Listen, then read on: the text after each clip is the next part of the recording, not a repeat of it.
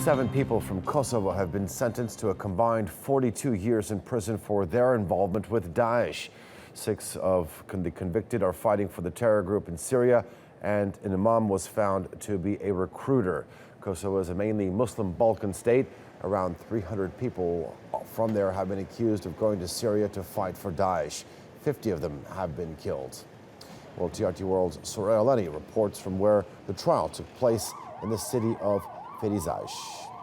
This case is seen as a big test for Kosovo, a very young nation, a new nation, and in how it fights terrorism and radicalization. But these 7 defendants have been convicted and sentenced. The main man, an imam, Soraya Lennie, has been convicted and sentenced to 10 years in jail for being a key recruiter for Daesh and also participating in a terrorist organization. Now, according to prosecutors, he was the key link in recruiting all of these young Kosovars and sending them to Iraq and to Syria to fight with Daesh and also with the al-Qaeda-affiliated Nusra Brigade.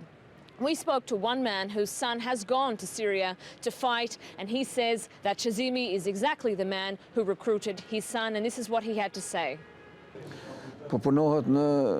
We are working to convince my son to come back, even though at the Kosovo Parliament now there is a law that will jail them for up to 15 years. For sure he and others are afraid of this law and are staying there. If I had the chance, I would tell the imam that my son was not born by his mother in order to be radicalized by you so much and play with his brain, manipulate him and play with him. It was not only Soraya Lennie that has contact with my son and other youngsters. There are plenty more imams. I think every evening for his destiny and mine. I never thought that we will be in this situation. He's the only one from our town that is in Syria. I am worried every day.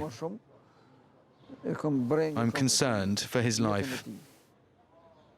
Of all the countries in the Balkans, Kosovo has the highest number of people who have gone off to fight in Syria and Iraq. Around 130 of the 300 who have gone over there have since returned. And police say even though they've arrested many of them and convicted and put them in prison, there are still others out there that they're looking for.